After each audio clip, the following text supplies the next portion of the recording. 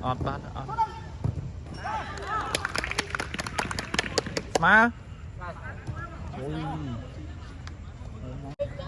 em chú này kia riệp riệp anh ạ ô lột trong chơi mà nhá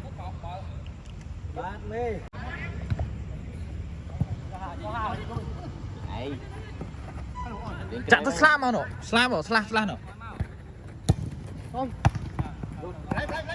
vậy cái đắng đá chặn tới trăng là đau mà ăn áo sai tê bà là áo sai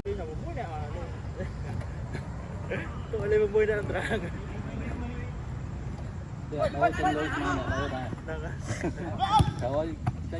tiếp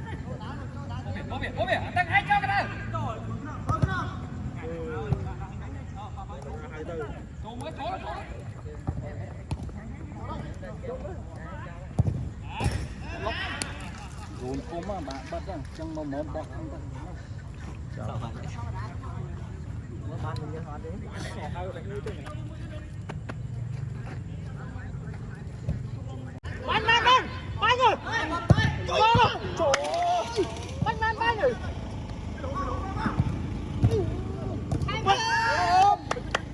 em